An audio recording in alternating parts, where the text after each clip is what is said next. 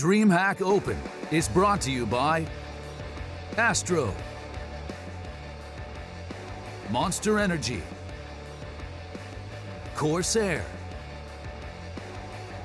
Hacks, and GGBet.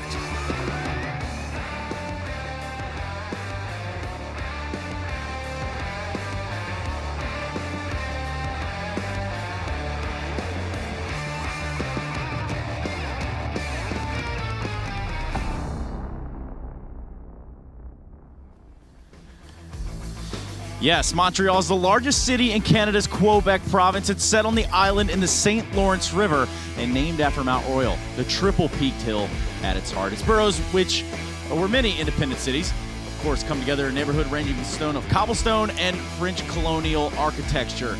Of course, looking at that architecture on that Open trophy, it's one that we're all vying for here at the DreamHack Open Montreal 2018. We've done it. We've come all this way to Canada, fresh out of Stockholm, and it's sure to be a banger. My name is Trey Saranthus, and I'm your host, and I want to go ahead and tell you all just how this was made possible by our sponsors at both Astro, Corsair, Monster Energy, and as always, Hacks GG. Now, without any further ado, perhaps I introduce my panel here. To the left, I do have Dust Moret and Tommy. And of course, guys, maybe we start this off by saying, you know, it's a good thing that the Immortals made it on time this year to Montreal. Well, they haven't played yet, so we're not 100% sure on that, but we'll hope for the best. They're not technically playing. Tommy, you're not enthused? You cool, man? Or I'm fine. There we go. I'm fine. How was your morning, guys? Tell me a little bit about your entire day thus far. I was very disappointed at the breakfast situation. Fair enough. Listen, you walked us into this one, so you can only blame yourself. We could only get a choice of juice or coffee at breakfast. It's the little things in life that go a long way. You got to have the vitamin C, but also you need the caffeine just a little bit to kind of propel you forward. Luckily, my day was saved by one South African billionaire who runs a couple of tech companies out in California. So yeah, I heard he had a little bit of a incident, but not really an incident. It's just really how you look at it, I think, is the right way to look at it. Experience. Dust, tell me about your travels coming this far out. No, it's actually pretty quick travel over from the U.S. Montreal, obviously a fun city, lots of good food, lots of fun stuff. Enjoy it here. Trying to get your meat smoked, some might say. Yeah, Either way, let's take a look at the groups. We don't have much time to talk about smoking meat, while these are the experts on that here on the desk with me. We do have the groups, and it does look like it could be easy for ENCE. Guys, talk to me about the groups. Honestly, I actually really like this event because these are basically the best teams you could hope for that aren't at the major, with the exception of Energy not being here. That's like really the only team missing that are at this level. And that's what makes this event so fun, because I feel like this is a little bit more wide open than some of the other DreamHack Open events have been. Like, there certainly are some front runners. Like, I think ENCE in Group A is a front runner, probably Heroic in Group B. But outside of that, it's pretty wide open on who could come out second seed in each group. And I think we could be in for a lot of longer series later on in the tournament. just want to point out that he did mention the two teams that actually have Finns on them as the favorites. Not to play any favorites right there or anything. Yeah, I mean, it is kind of a I don't want to say a rarity, but it is kind of a nice treat having a Finn here somehow representing ENCE, even though not representing ENCE at all. It is kind of cool to get that perspective. Listen, I think everybody in Finland would like to have some success. I think the last time there was any was back when I was playing, and it's been quite a while back. Yeah, I've been retired for a while now. It's once upon a time. Yeah, it was a different version of Counter-Strike, first of all. Well, at some point, there is a time and a place for just about everything, is what you're saying. And it is about the time and the place for us to kind of talk about how this day is going to shape up. We do have our first match on board, and it will be those people in ENCE. And by those people, I didn't mean to offend you, Tommy, if you took it that way. It's just Finnish people. They mean no harm. ENCE versus eUnited to kick us off. A little bit of Kingwin and Red thereafter. But I suppose we could go ahead and focus on this first matchup at hand. Yeah, absolutely. I mean, again, you have, eUnited, who's been kind of working their way up in the North American region, just qualified for IM Chicago. When we saw them at DreamHack Austin, from an eye test, they actually look quite good. For a young team, they still seem to be quite organized, which most young teams aren't. Whenever they have that inexperience, they still seem to play like pretty nice Counter-Strike, and they look pretty good in those Fractures games. And they've had a couple of tough times, so obviously they're going to be disappointed they didn't make it to the major. They were right on the button. They're actually one of the teams that helped eliminate Energy from the minor. So a good best-of-3 result there, but still couldn't get it done to actually make it there. So they're a fun team to watch, North American region, where I feel like the Tier 2 of NA is really shaking up a lot lately. I agree with Dust. I think particularly in Austin they looked pretty good. Surprised me in that regard. The one thing I'll say is they do still have like the young team inconsistency, where like every now and then you just see them bow out against like a really against bad Furia team. at Zotac or something. Yeah, like, I mean, really like rough. yeah, I was there too. I forgot. I Yeah, blocked that You one blocked out. that one out completely. Blocked that one out. To But the yeah, whole bunch of United fans are probably happy you did. So anyway, go ahead. Rough times for them. However, it's going to be even more rougher times, I suppose, as Dust, we're going to let Tommy explain 3 reasons why he thinks this match is going to go in the way that he thinks it does. Brought to you by Hacks GG, of course. 3 reasons why ENCE Shocker. will win. Shocker. 1, ENCE. Hold up now. Hold up now. 1, ENCE has been trending upwards ever since basically Cologne, I think, was the first big event where they started doing better. Obviously, they missed out on the major. They lost against NIP and Optic in the decider games from upper bracket final in the European qualifier. 2, ENCE has more skill. I think eUnited, the way they play, they actually have a fair amount of skill, but I think this is a matchup where if ENCE is playing well, I don't think that's going to be an advantage for them. So they're going to have to find other ways to win. And 3, obviously, it's just easy for ENCE. Got to go with the sick memes. I mean, at the end. it is what it is, guys. Yeah, full embrace. I don't make the rules. You're right. I don't make the rules. You didn't start the fire, but it's always been burning, they say. And that could be the case here for ENCE, as they do have the opening matchup here against eUnited, a team from North America that is, well, I don't want to say poised to do great things here, but they're definitely a team to look out for. These guys have been playing together long enough now. I feel like there should be absolutely no excuses. However, this will narrow down, this will narrow down to 1 map. These are our best of ones to open up this entire day and open up this entire tournament. So perhaps we can take a look quickly at the vetoes and, well, understanding that this is a BO1 and where this could leave either team in a deficit. I'll let Dust go with this because I talked to Alu this morning at breakfast and I know what they're doing. Okay. Yeah, I mean, I feel like if you're eUnited, you want to stay away from Dust 2 as much as possible here, and so I'm not shocked to see that go away. I think like Inferno or Mirage is probably a good middle ground for these 2 teams, but you actually are going to see United take out Inferno. Not bad. It's probably the other big map for ENCE besides Dust 2. So, yeah, it's looking a lot like a Mirage situation. A little Mirage Trois is exactly what we're going to have here. Looks like we're going to Mirage. What do you think about that, Tommy? I think Mirage is fine. I mean, I think a lot of it is going to depend on the CT side. I think that's where ENCE sometimes struggle. I think their T side is pretty good. I think they have enough skill and like the right role players to work around and get picks. I think the one way eUnited could do really well here is by starting off well on the T side, getting pistol, you know, breaking their economy, and then kind of like running up a big score just through that. Well, getting a strong start would be admirable from both sides of the equation. But we can start to take a look at our teams as they get locked in and loaded. On the stage right now, we're going to start talking a little bit about eUnited. That's going to be the first team we focus around. Dust, what can you tell me about this team coming into this tournament, perhaps any sort of backstories that we should be aware of? Yeah, I mean, I think I'll just kind of allude to something that we already heard Tommy mention here, which is the fact that while we have seen some streaks of brilliance from them, we've also seen them really drop the ball in some big situations, like, again, that whole Zotac situation where they got knocked out in the opening series. Like, that was pretty poor for them offline. But like I said, from the eye test, they actually had some fun games to watch at Austin. They looked good at the minor. They were able to beat Energy in a best-of-3. And again, one of the things I like about this team is that even though that a lot of these guys are very inexperienced and they're quite young, and particularly Relics is someone who didn't really have much experience as an in-game leader when he came into this team to take up that role, they actually play really good Counter-Strike. Like, they're one of the few teams I feel like that with their youth can still play like really good defaults and actually like make good mid-round decisions and actually play together. They don't fall prey to some of the mishaps a lot of younger teams will, where people just rely a lot on like individualistic plays or might like overextend or try to do a little bit too much. I feel like these guys actually play together quite well, and I actually think that tactically speaking, they're actually pretty deep when you consider how young they are and how inexperienced they are. They actually bring a lot to the table. They have like a pretty deep playbook, especially on a map like Mirage. They can play a lot of different styles of CS, and I think they actually can change it up a little bit more maybe than ENCE. And I guess another talking point here too, I mean, Relics being one of the more prominent names within the team, not having had the biggest, most boisterous of careers, but this is certainly a guy that they could say, hey man, you know, perhaps a little guidance here. You've been around a little bit longer than the rest of us. No, I agree with that. I think he is a little bit more experienced than more of the other players on the team, but I feel like you're starting to see at least some young names pop out to start gaining some experience, to start getting more consistent. I think Moose has been pretty consistent for this team, and that's been great to see. Even Dapper has done a lot better on this team than previous teams and been a little bit impressive to me. I think the other issue is, though, is that some of the other guys can look like really good in certain like online tournaments, but then they don't really transfer that to the offline environment as much, and I think that's one of the biggest stumbling blocks for this team.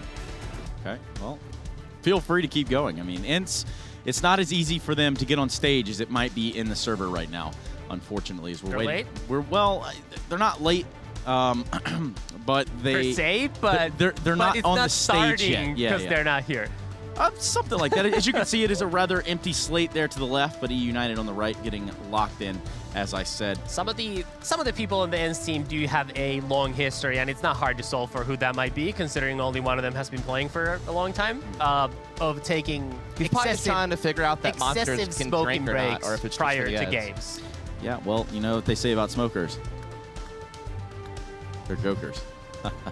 Gotcha. All right, you guys are killing me. Look, we're still waiting for ENCE to get on the stage, and I guess we could take this time to really kind of talk about your entire life, Tommy, and really how this all came to fruition up to this point. Take it away, Tommy.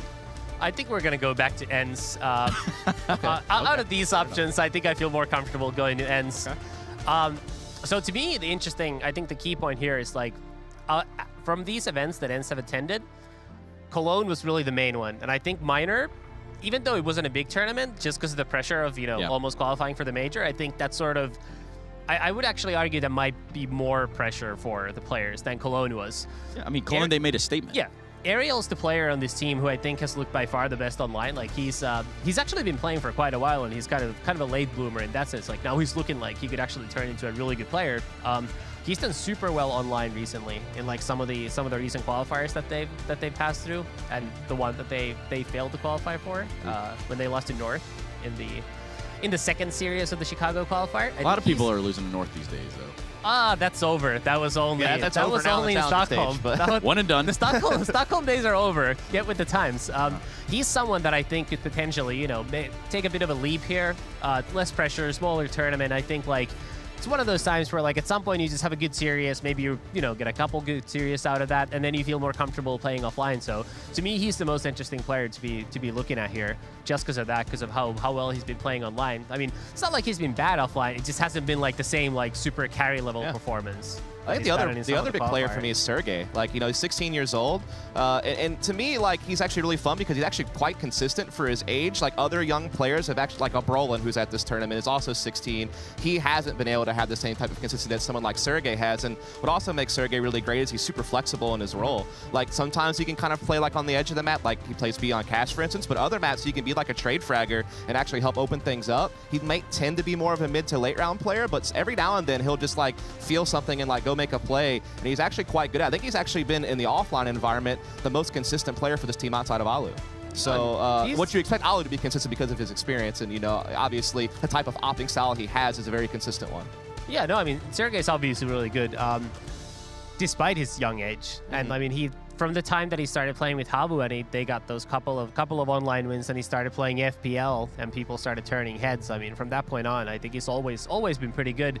If anything, like, I think it's just his role where he's not as aggressive. So, like, if the team is doing well, he's not going to look as good. Whereas, like, he's the kind of guy who can really, put something together when everything else isn't necessarily working. Yeah, I feel like he's a guy that like relies on Alexi to like really engage him, because like Alexi is the caller, but he also kind of goes in first a lot. And I feel like the up-tempo style that ENCE likes to play, particularly on a Mirage, they're a very fast-paced team. And if Alexi can like create that opening for Sergey, then he can really thrive. Whereas if Alexi gets shut down, then Sergey has to work a little bit harder. And like you said, because he's not as aggressive as some of the other players, that's where he can tend to not shine as much. So I think that Alexi, to me, is actually almost like an X factor.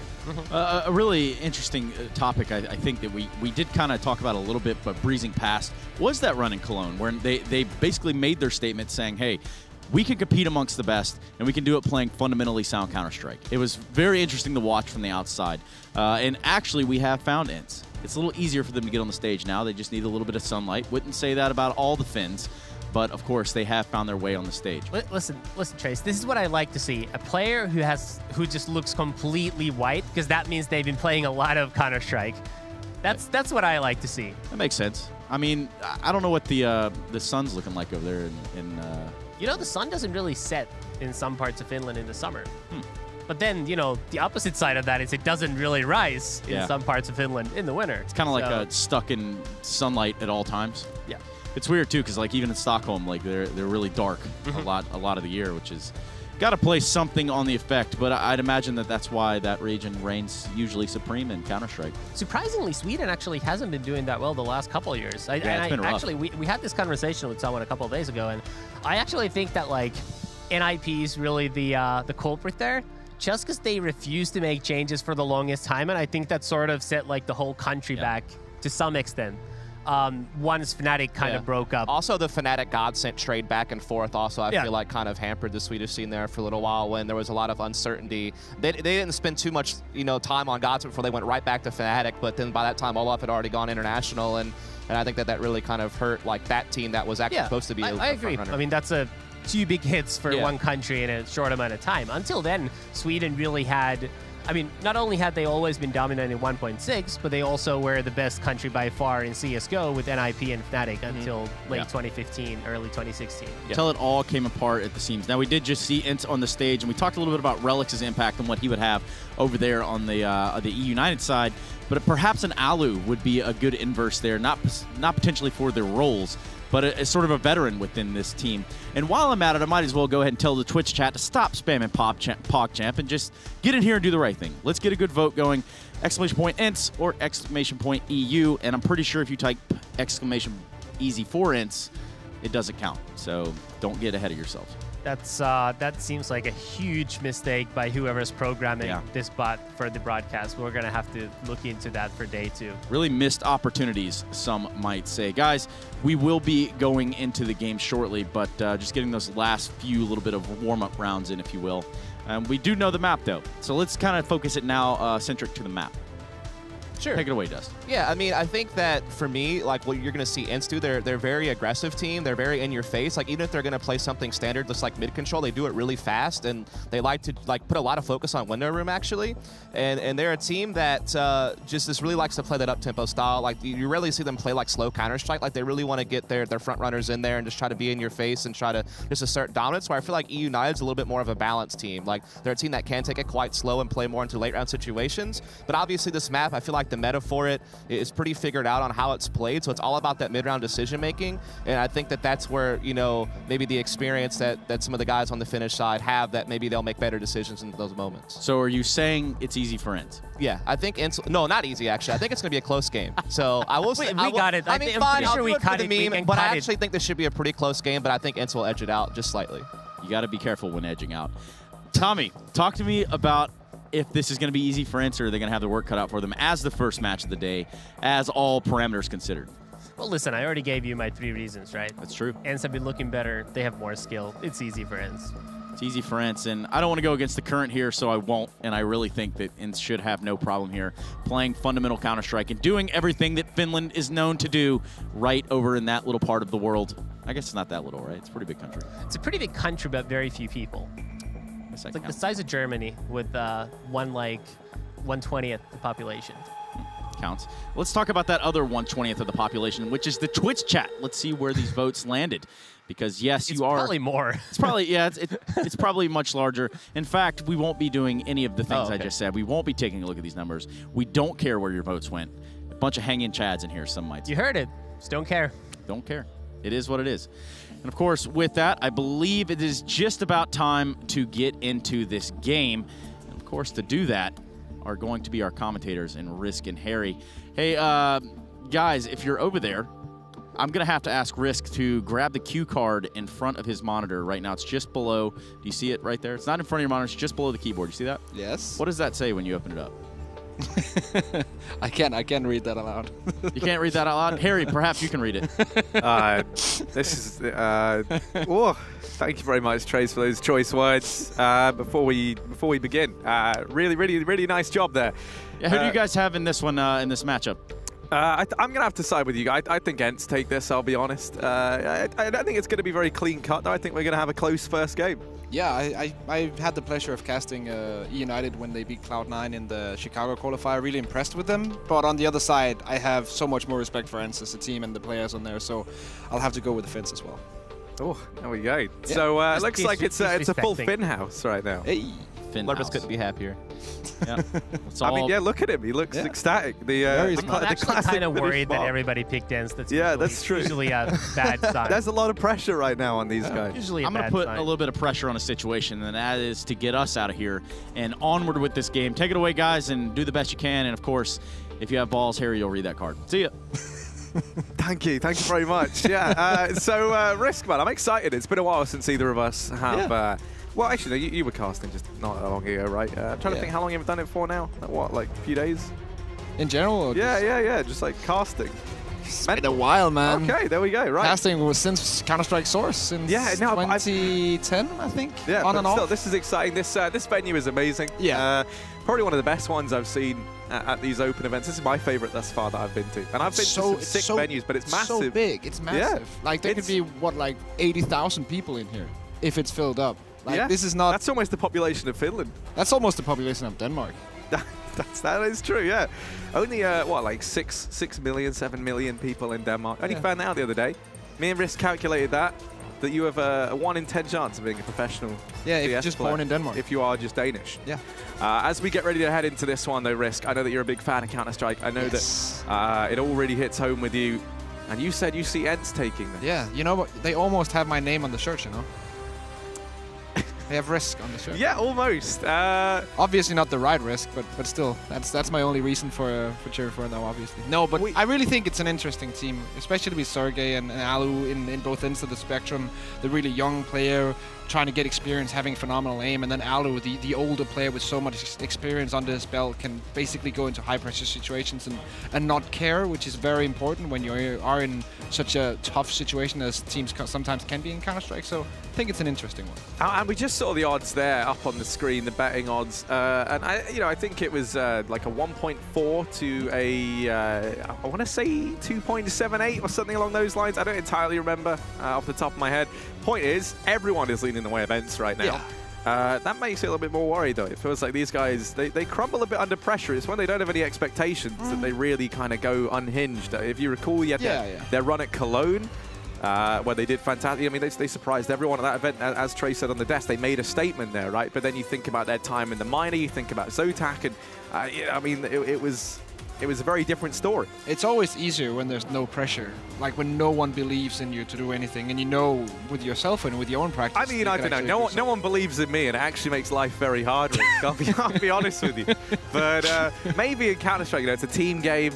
If you don't have that same amount of pressure riding on you, then I could totally see why. I know from speaking with some of the FaZe guys, and even from watching it, that they kind of like it when the crowd is rallied against them. No one thinks they can do it. That's their prime situation to be in. You have to be a kind of a special person, a special kind of player to go with that kind of sentiment, that kind of style. And the FaZe players especially, Kerrigan is one of those guys who can do that.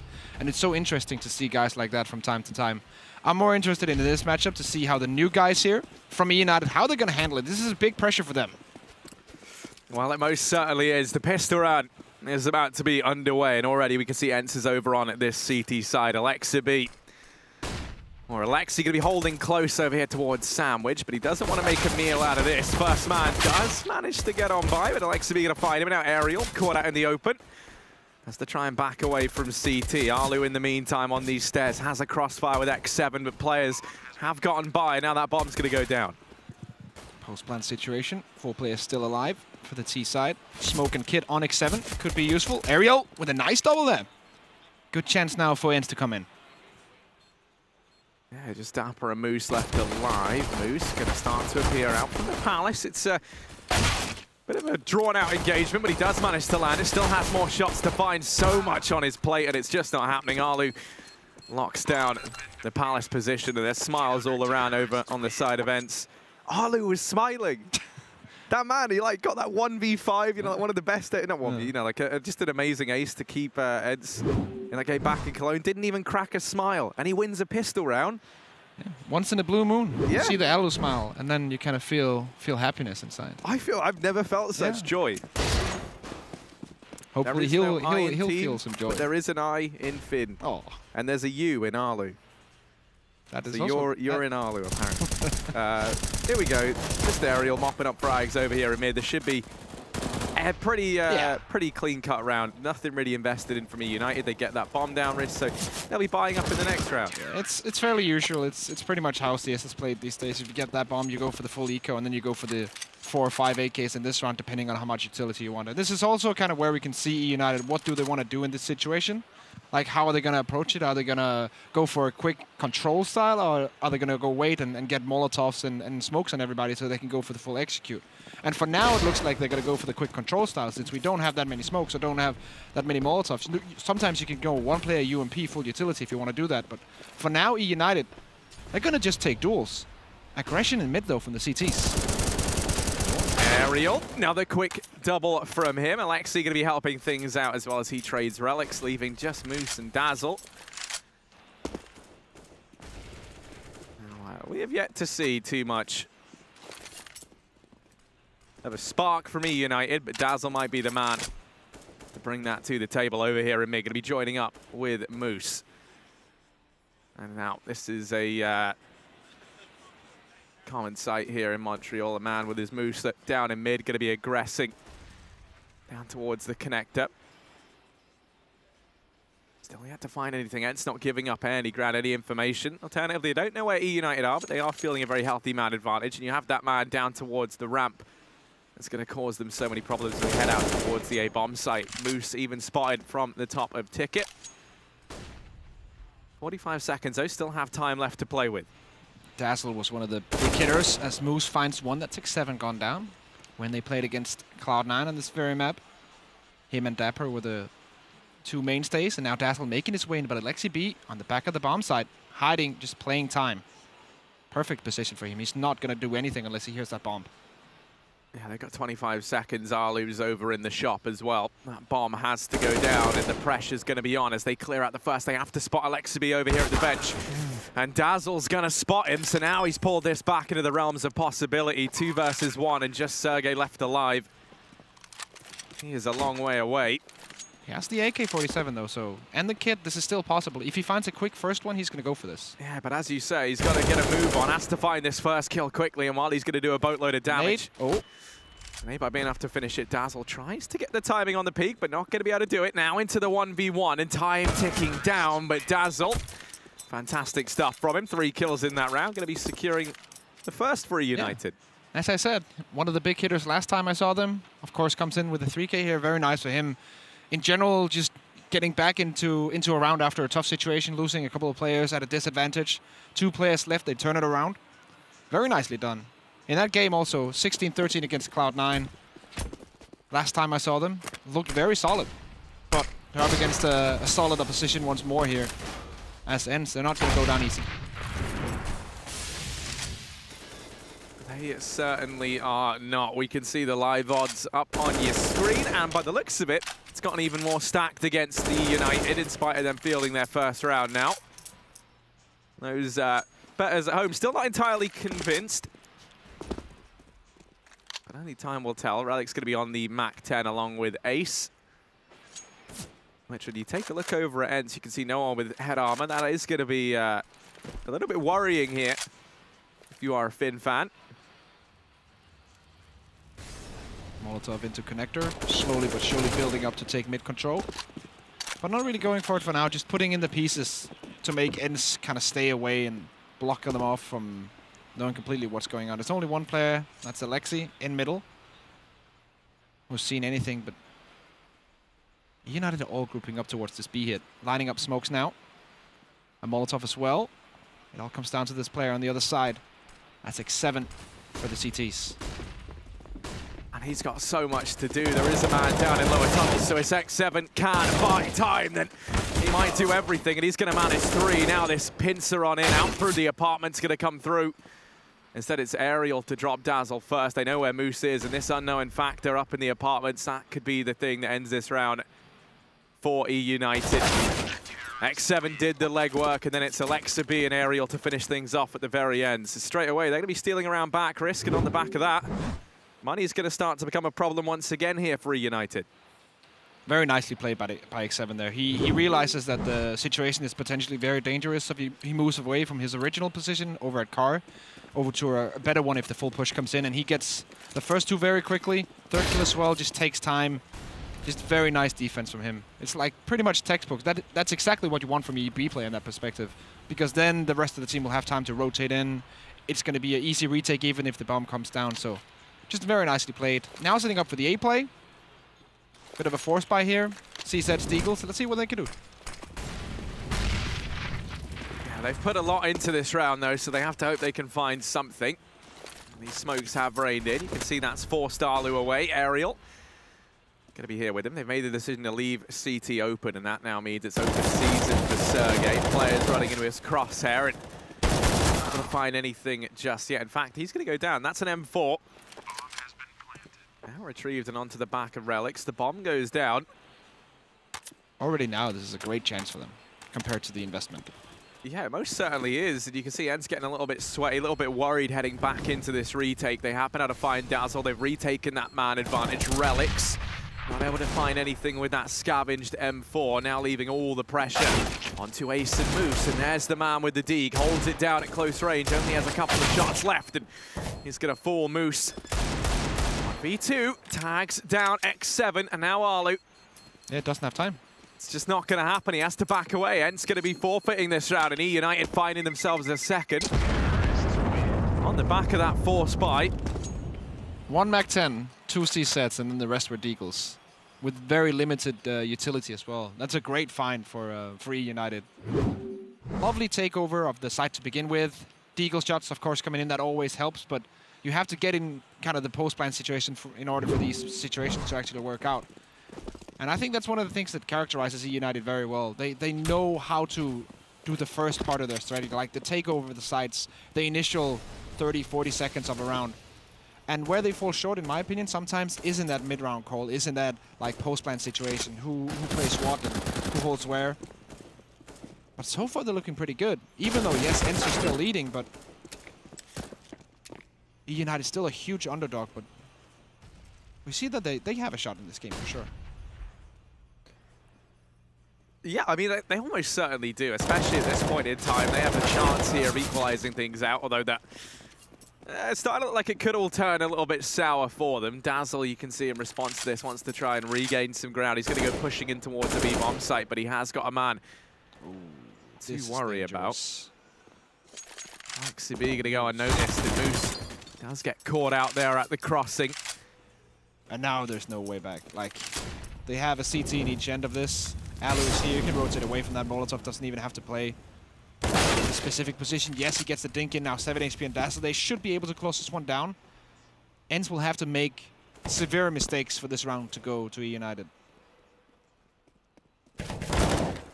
There's Dazzle finally dropped, and Ace hasn't exactly blown us away just yet. I was going to say, maybe we get to see some of that now, but it just doesn't happen. So it's going to be the round. Stolen straight back. Yeah, and that's how Counter-Strike is a lot these days. Like, the economy between two teams just goes back and forth. One team force buys C-set Deagles, get around. The other team force buys, they get around. And it's not until one of these two teams will get like a few 2-3 rounds strung together that we're going to see a momentum shift. And it's basically the team to do that first that's going to potentially take this first half. Well, important thing to keep your eye on is if you're a fan of the finish off at Ali, you see he's gone ahead and bought that out now here for the side of ENCE. Nade should be enough to find Ace as well down towards the ramp. So this attempted A-play already getting picked apart before it's come through, and it's all easy for Sergey as he mops up 3. Aerial might go down. Even then, he's been allowed to stay alive. Dazzle fluffs the shot. Oh, now he fouled. Doesn't happen. Ali shows off his AWPing prowess once again. ENCE going to be finding a 5th. Wasn't too much invested there from eUnited, but would have liked to have seen a little bit more, given that they had the scout out. They had a little bit of utility here and there. I think they went pretty low on money as well. This is going to be the full eco. This is what I was talking about. When you get those 2 rounds in a row that ENCE has now gotten, they got the full buy here, and the full buy looked like a full buy should look. Totally domination. And now this is the full eco for eUnited, so potentially a 6-2 scoreline. And this is where we're going to see ENCE like kind of power up on the momentum, and they're going to take several rounds in this half. So looking very good for the Finns. Alu with a good old jump buck. 1-for-1. So much damage though by these pistols, even though it's just Glocks. Still take down 1 player. Alu on 15 HP. Potentially not going to get much more, but that came very close to being 3 players down on a full Glock eco. Yeah, luckily enough they're able to right their wrongs and steer clear of the danger there over on the side of ENCE. They keep 4 players alive. largely on the back of this man over here towards short, Alexa B, finding those 3 kills in that sequence. Things could have very quickly kind of started to turn against ENCE, you feel like, in that round. But here's the buyer regardless. Going to be rifles across the board for United. Yet to bring out an AWP to match that of Arlu. Just rifles across the board once again. And Ace, with Dapper, going to be clearing out mid. Smoke ball was close, but there's one over towards the top connector. So that's going to be connector control taken here for eUnited. And that's such a standard way to play Mirage these days. ENCE cannot be surprised of how they're playing it so far with the mid control. Dapper is getting into a position where so far he's very good, but he still needs that setup from a ramp and Palace in order for this position to be worth a lot. But that's coming now. Ace and the other boys are slowly setting up, but ENCE, they kind of have a feeling what's going on, what's about to go down. So they're playing pretty aggressively towards ramp and Palace, and still having that one rotator player who is going to play in jungle. Question is, if this push from ramp, is this going to be enough? They're relying on their split working. They've put all their effort into doing it, and actually Alexa B going to swing out wide, finds that first man down in the connector. Sergey's having a trade, but right now eUnited, they are finding the kills necessary to start to break away and get into this bomb site. Alexa B now the only man causing them problems over on the stairs. And X7 going to help his teammate out from the short position, and Alexa B is going to be hitting shots left and right. So ENCE starting to hit the ground running. They find themselves a 7th round, and as you say, this is their time to start to string together multiple rounds. And I really like the answer back from ENCE in that situation. So they kind of get the feeling this is going to be an A setup. They're taking connector control. Okay, so they play too aggressive ramp. The reason why they do that is when they get the frags, even though if they just trade it, they buy time for that flank over in the connectors to not do as much damage. And that leaves the last couple of duels up for ENCE to grab really easily. If they allow eUnited to just pincer in at all the same time, all the same points, that's going to be a problem. But because they play aggressive ramp, that never came to happen. Now it's a full B push, full eco. Or not full eco. Nade's doing a lot as well. This push is already a bag of bones before it's arrived, but somehow they have found kills. It's just Aerial left here, and he hasn't got a leg to stand on. He really is the little mermaid of this B-bomb site. Now Arlu up in the apartments, can't quite find the shop. He has to wait. Oh, Sergey misses the opening.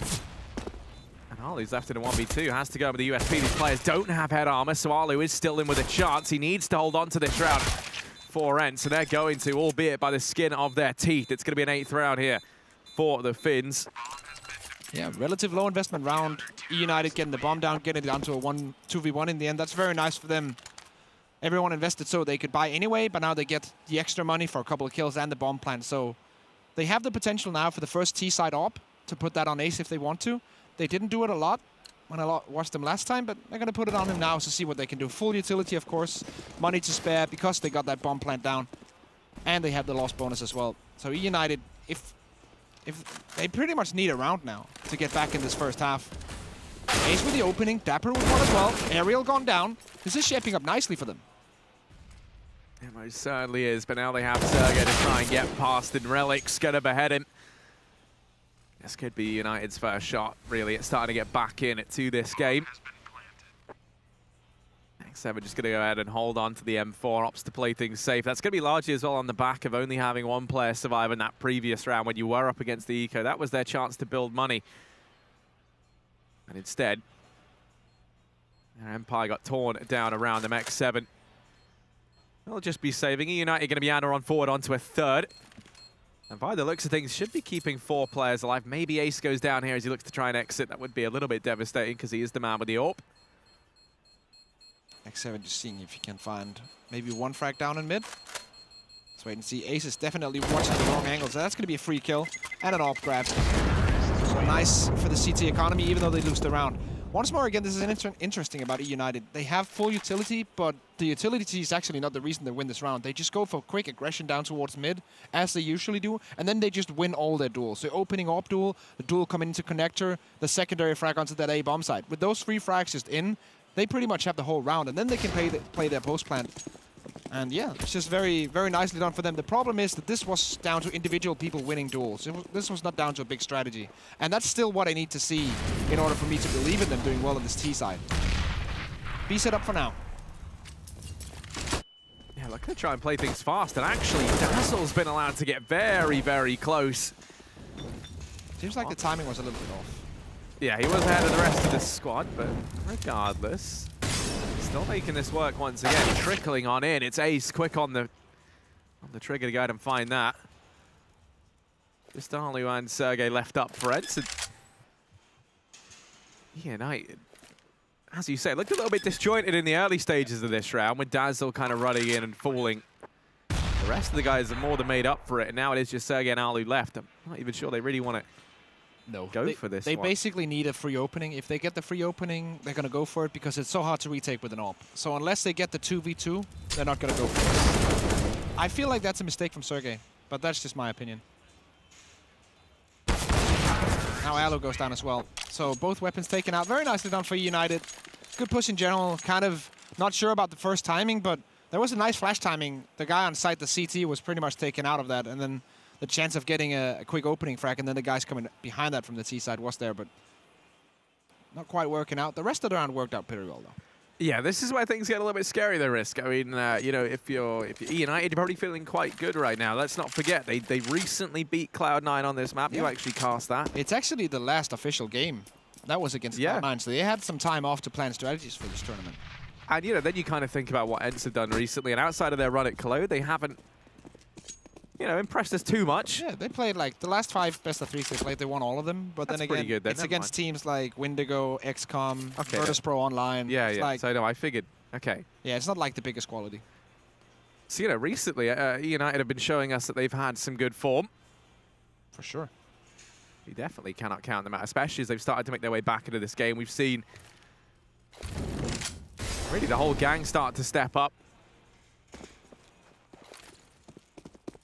And this should be their chance at a 5th, given that there is no investment here from ENCE. They're going to be allowed to take control of it almost entirely for free. It's when they get to short that this trap that ENCE have set looks to try and spring into action. They have a 3-man crossfire set up, and it's going to work brilliantly right now. That's 2 weapons retrieved. Dazzle going to look to try and shut this down, but shots raining in from all sides, and the USP going to go ahead and claim a life. It is just Moose.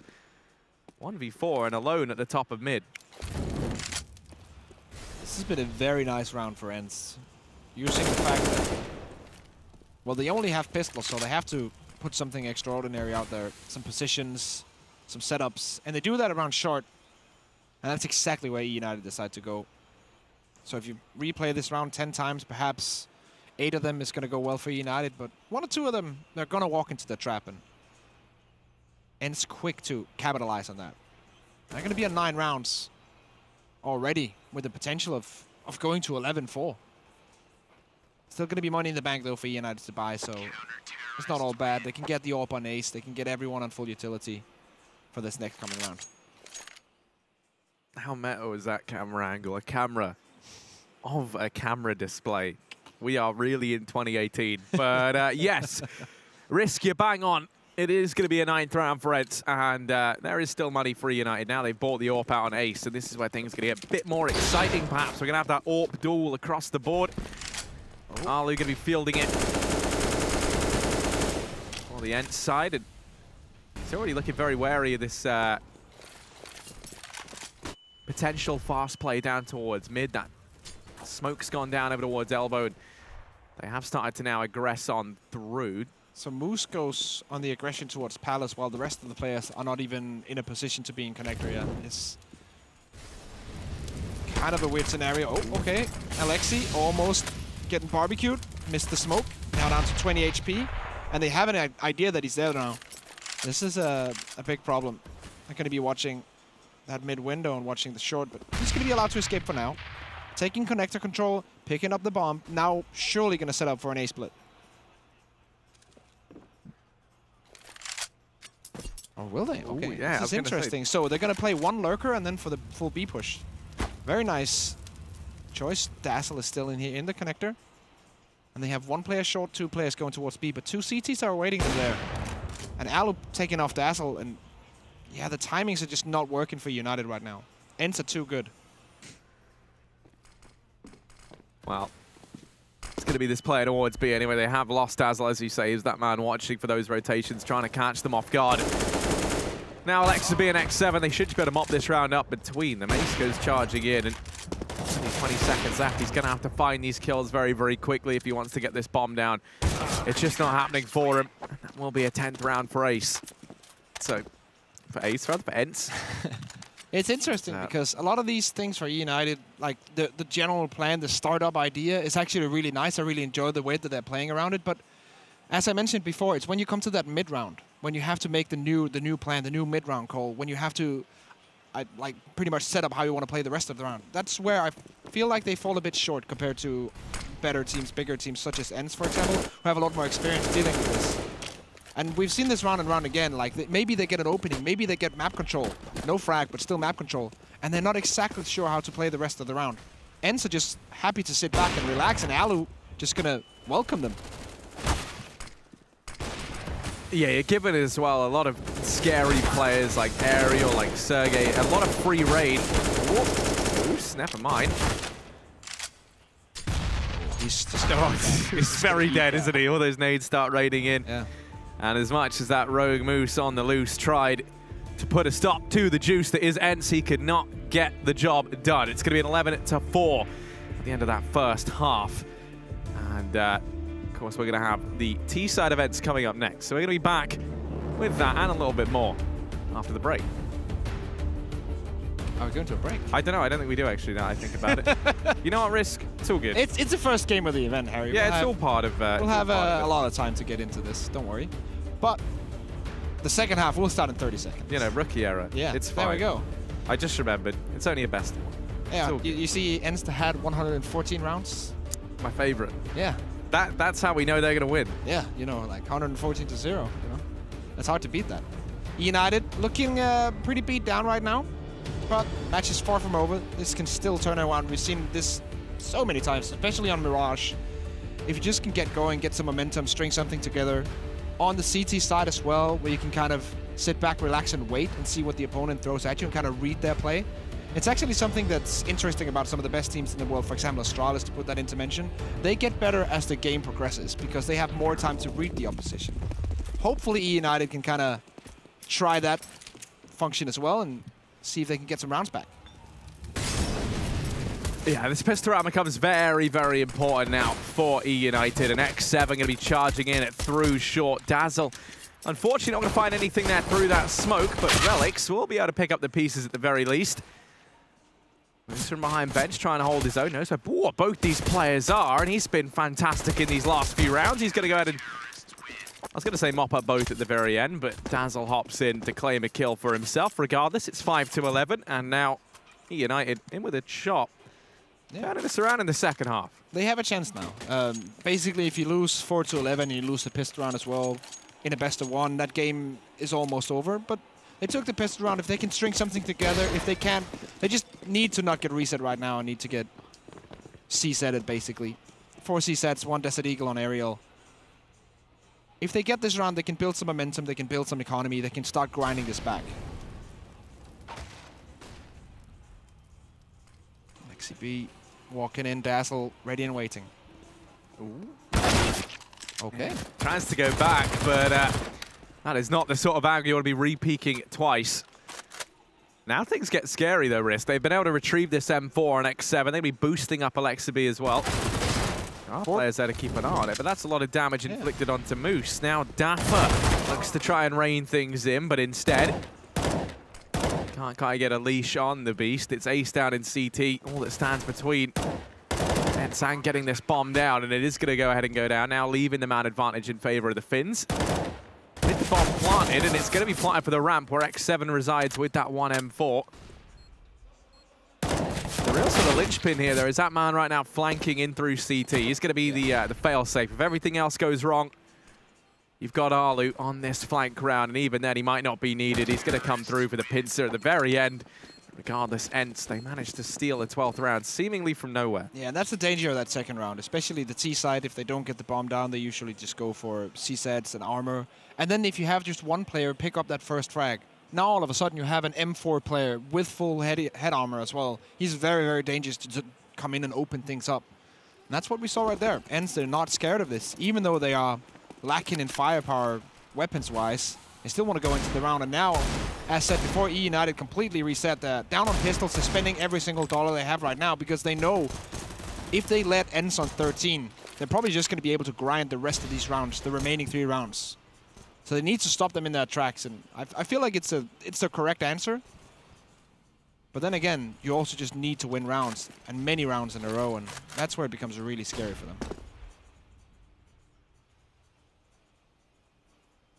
Yeah, I mean, I just think, you know, for eUnited now, their momentum's going to be starting to, maybe not momentum, maybe just sort of determination, drive. It could start to leave you a little bit in this situation. You know, you already let ENCE get off to a great start. It's the opening game of the day. ENCE come into this, they're looking good, but then you win the pistol. There's your glimmer of hope. Yeah. There's your drive. Everyone's suddenly rallied up to, yeah, then it's boom, straight back down to reality. ENCE are just, you know, dominating you once again. Yeah, get some of that mom spaghetti. And unlike Unos, not everyone likes to be dominated. Some people aren't into that. And I don't know if eUnited are, but Relics, ooh, he's certainly dishing out his fair share of pain. He's going to manage too, but that will still be it. ENCE going to be moving on to a 13th round, meaning that they only need 2 more to go ahead and reach map point here. And Moose would like to survive with this Desert Eagle. He has body armor as well as 2 pieces of utility. Going to burn one of them now. Maybe he can grab a weapon here. See if he survives. Whoops. Oh, just taken out at the nick of time. That's terrible. Because, yeah, now they're going to be on this full eco. No investment if they want to go for a buy next round. But it's going to be incredibly hard, and coming back into this game with no money on the bank, it's near impossible, to be honest. Yeah, it's going to be the full eco. So they're going to allow ENCE to get on 14 and then get the buy-in. Especially being over on that CT side, right? That's the thing that's going to make that much more cutthroat, is they really need to start to build up some money because it's more expensive already to buy over on the CT side. The loss bonus is kind of a little bit more meaningless because you can't just get that buy every single round. You don't have the bomb plant, and you have to buy a kit, and your rifle's more expensive. It's ludicrous, the life of a counter-terrorist. Yeah. But, you know, right now, United, they are going to be looking down the barrel of defeat as they look to try and blaze a trail to the comeback. ENCE moving on to a 14th round as that bomb goes down. And right now you can see United just cowering away. Don't want to risk giving any money over. Trying to tempt a couple of these Finns to go hunting. Oh, no. Oh, well, he might actually executed by X7. Doesn't care. And yeah, this round has been pretty much over since it started. eUnited went for the B stack, ENCE very clearly set up to do the A split, so weren't really going to be anything else than just a nice jump shot from Alu and some potential fun kills, but the round was decided after maybe 25 seconds. And it's going to be 14. All players are eliminated on that CT side. This is now or never for eUnited on this map. They have to get the buy-in now. They have to get around it now. If they fail to get the round now, lose this one, it's over. They're not going to have money for that last round. They're going to be on C-sets, armor, some utility. So they need to get this one. This is it. Glass cannon on an ace. Yeah, that's a lot of faith in one man who, yeah, you know, we haven't really seen do too much with this orb. They've put a lot of faith, a lot of money into getting that. Moose has been allowed to sneak past these smokes, and here's the players up a connector. This could be massive. Moose able to find himself 1 and a second as well onto Arlu, maybe even 3 as he turns his attention back out towards the top of connector, and Moose, just the gift that keeps on giving right now for eUnited when they need him the most. He's finally going to get put down. Very nice positions for eUnited in this one. 3v2, they have full control over the CT side. Everything's definitely working out. Well, here comes the push in out from Palace. X7 falls, and now they know the whereabouts. So Dazzle doesn't matter. He doubles down. And that's going to be another round for eUnited. As you said, they had to win that round. There was a lot of emphasis around that fact. If they lose, they're force buying into a 15-4 scoreline. Now you've given yourself that glimmer of hope once again. And once more, this shows how strong the connector position is on Mirage. And that's why so many teams do that smoke from top midway, can smoke the CT side of connector off and just take connector for free, basically. Ace there. Not sure if that was to counter an eventual smoke coming into window or if he just wanted to mull a little lower. But he's definitely stuck behind it for now. Can't really take the duel. Setting up for an A push though. Or at least the smokes for an A push to begin with. Probably not going to see the push coming in anytime soon. One player on ramp, the rest rotating around the map. Yeah, it's all a ruse. It's all a fake. And now they're going to go back and do the A play. Yeah. Like it. I think they're going to double fake into this, especially because it took so long for the rotation over towards B. You didn't have anyone to kind of immediately go in. I mean, you look, it did actually draw a couple of players over. You even had a man reposition in the kitchen briefly. So that B bomb site did look a little bit weaker for the time being, but now you can see it's made ENCE, not ENCE, rather, eUnited a little bit jittery, a little bit worried as to what the play is here from ENCE. They might get a bit overzealous with these rotations. That's at least what ENCE are hoping. See, Dazzle has to come up clutch. Oh, he will be taken out. Ace, though, answering back with a second one from Ace. This is doable, but now 3v2, Alexi B and X7 just coming in with frags, and now it's all on Moose and Relics. Now, Moose delivered in spades in that previous round. They're going to have to ask him to do that all that once again. It's not happening. Relics left in a 1v3. Orpin had so much left to do in this round if he wants to keep eUnited in this first game of DreamHack Open Montreal. Relics, gotta get gifted that first kill. Certainly won't be gifted the other two, though. He's going to have to grind for them. Flashes onto the bomb. Looks to go for the defuse, and it does not happen. Aerial from the ramp dispatches of him. Match point here for ENCE. Yeah, it was very clear to see that ENCE pretty much outclassed them strategically in that round. So it's basically up to the fact that they run that double fake, and then the whole setup of eUnited is just like shifted. So even though they have players near the bomb site, they're going to be not in their favorite positions to deal with the A split when it comes in. And that just slight shift of positions means so a lot in Counter-Strike, especially if you're an AWPer. You have to have the correct angle for everything. You have to be kind of sure of what's going on. Now Sergey might even get free frags. They're pushing down the ramp, but he's not going to be able to shut it down. Here's Moose from the boost. Peeking on round does have some support from Aerial, but they're both going to start to concede a little bit of control over here in mid. It's a very heavy focus from eUnited to hold on to it. Somehow, in spite of so many players here, Arlu's been allowed to get into the ladder room over here towards short. I seem aware that this could be the case. Rotations coming in now. Alu.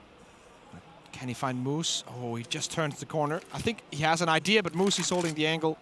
Alu's up. Can find him surely.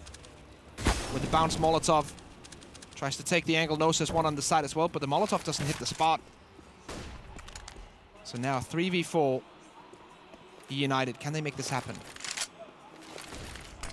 Problem right now is the bomb on the back of X7 about to go down inside of this A bomb site. So that bomb will now be planted. Arlu's found an equalizer down here towards short, and the bomb planted for him. It's going to be a real thorn in their side. They need to try and deal with Arlu. Not enough Relics going to be there to pick that frag. X7 falls as well. It's all eyes on Aerial. He manages the first kill. This could be his chance. A 3K to secure this for ENCE, and while he's fully blind, almost manages to get the job done. One shot is all it would have took. But it's not going to be the case. The defuse comes on in. eUnited going to live to fight another day as they find a 7th round here. By the skin of their teeth, Harry. 15 HP on Dapper. Could have easily been taken out in the middle of that flashbang. So it's not going to be the most confident round to get, but a round nonetheless. And at this point, eUnited will take everything they can get. Another one on the board and still alive. At this point, it's also about just coming out of this first match. Even though if you're going to lose it, fair enough, but at least make the match competitive so you have something to go off in the next one. And eUnited are doing just that right now.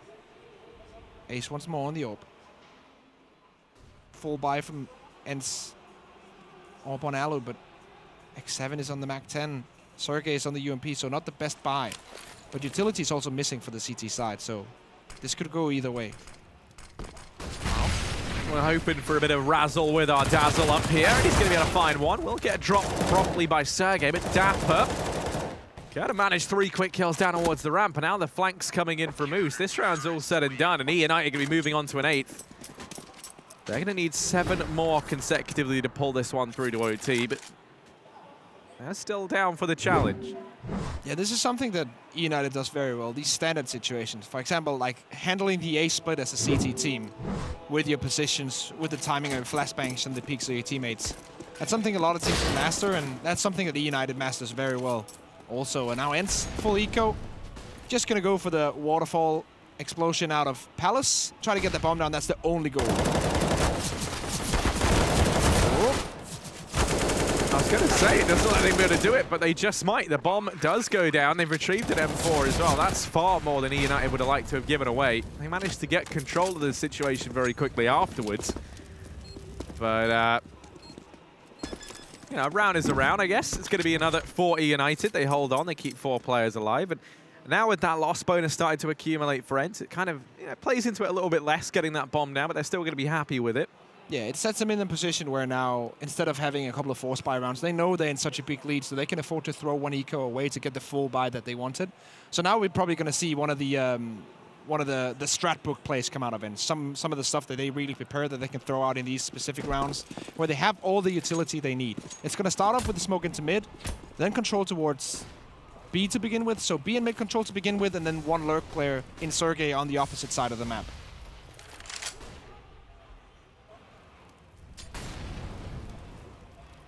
Yeah, they're putting a lot of faith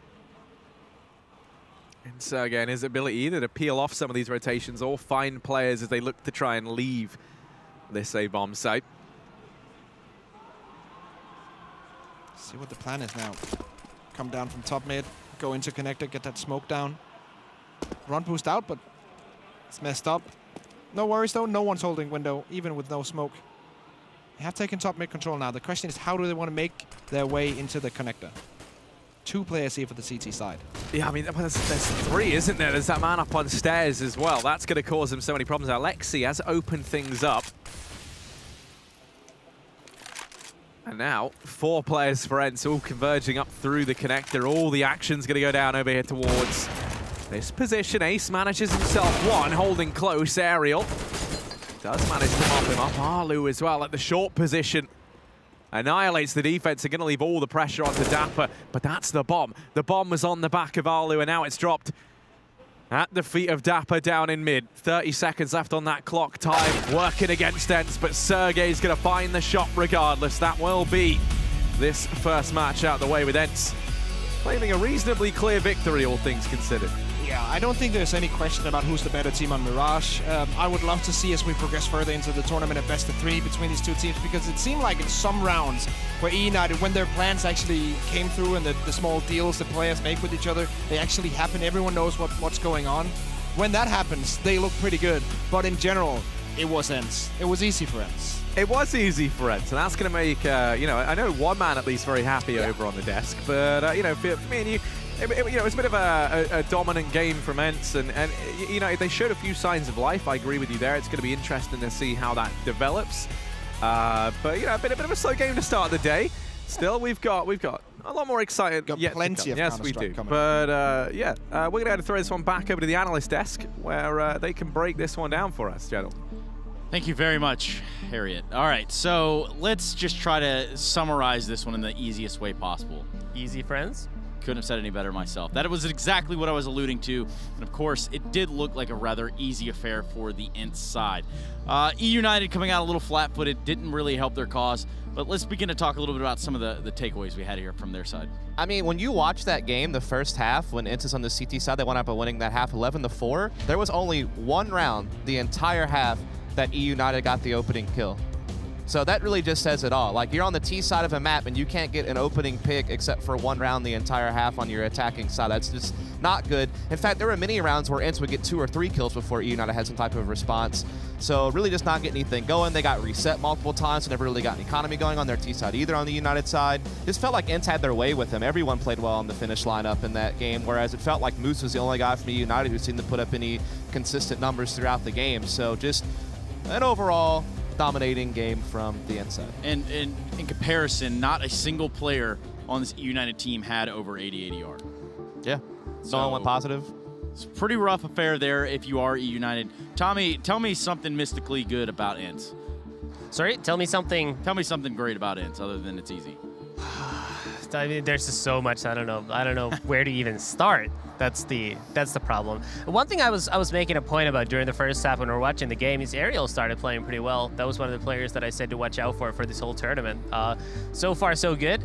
I think my assessment of the game is when it was something like 7-2 or 7-3, whatever it was. I think ENCE just decided we've already won and just started playing around. Shifting gears is exactly what ENCE did, and perhaps we're going to do the same thing. We're going to talk to Alexi B now. We do have a chance to get a quick interview in here. Congratulations, man. It looked rather easy for ENCE, one might say. Thank you. We do have a Finn here. He can speak Finnish, so if you guys want to have a conversation, go for it. But other than that, what do you guys got for him? You want to go first, or you have a question? I was going to say something in Finnish, but I figured we should at least try to have an interview first. Right. So obviously, Alexi, you come into this team as the in-game leader of this team. What have you been focusing on, bringing a combination of experienced players like Alu, but also having inexperienced players like Sergey? Yeah, well, we just came here to play our own game, and the main focus is to focus on our game plan. So this game, we had some rough start on CT. We lost to a bad buy or something like that. But I had a really good read on how they are playing their force runs. So we won like 2 ecos, and that was it. We just felt the momentum. I was going to actually just let you take it fully. So you go ahead. So, like, obviously, you know, you guys just missed out on the major, and that might be a little bit disappointing, but you showed us some really good stuff at Cologne. What do you think it's going to take for your team to consistently be able to output good results? We just need to play more lanes. Like, we have played Cologne and what was it after that? I don't know, but very good lands. But then we had a player break, like 2 weeks or something. Now we are back to the grind. And we just need to play more LAN games and have a good confidence there. So we know Finland really hasn't had a big CSGO team almost ever, as far as like having big international results. I guess like early on they qualified for some majors with some of the earlier Finnish teams, but never really had it. Like this team has kind of been billed as like bringing together the best talent possible in Finland to try to finally accomplish something for the country in CSGO internationally. How confident do you think that you can challenge for like a top 10 spot in the world? We are very confident. I think everyone on our team is confident on themselves and knows that we are the best players in Finland. And how we've been playing our practice and how we are communicating and working as a team, we know that we can beat any team. Pelkkää päätä loput matsit. Kyllä. Care to share with the class, or? No, I think it'll find it's way on Reddit. Someone will translate. Excellent. Well, you can't really argue with that logic. Again, congratulations, Alexi B. We're going to be seeing you at a different time, a different place. You guys should keep it easy, one might say. Thanks. Let's wrap this one up, give a quick conclusion here. There's not a whole lot that we can say about these teams, or at least within eUnited not having really shown up at all today. Kind of sets us in a position we can take a look at our next matchup. We're going to be going to a quick break. When we come back, it's going to be Imperial versus AGO, and you don't want to miss this BO1 because it's sure to be riveting.